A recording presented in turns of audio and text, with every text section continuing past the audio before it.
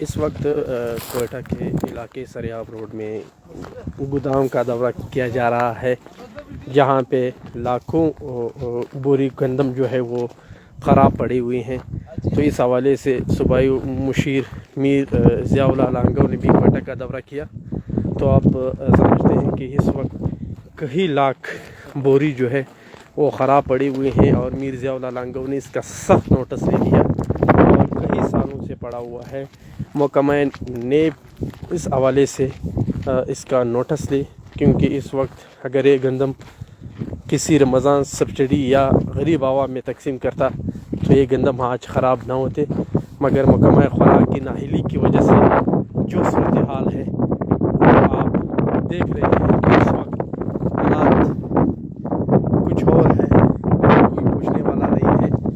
تو ہم حکومت وقت سے مطالبہ کرتے ہیں کہ وہ اس صورتحال کا فوری طور پر نوٹس لے، کیونکہ یہ جو گندم پڑی ہوئی ہے آپ خود اس کا اندازہ کر سکتے ہیں کہ کیا صورتحال ہے۔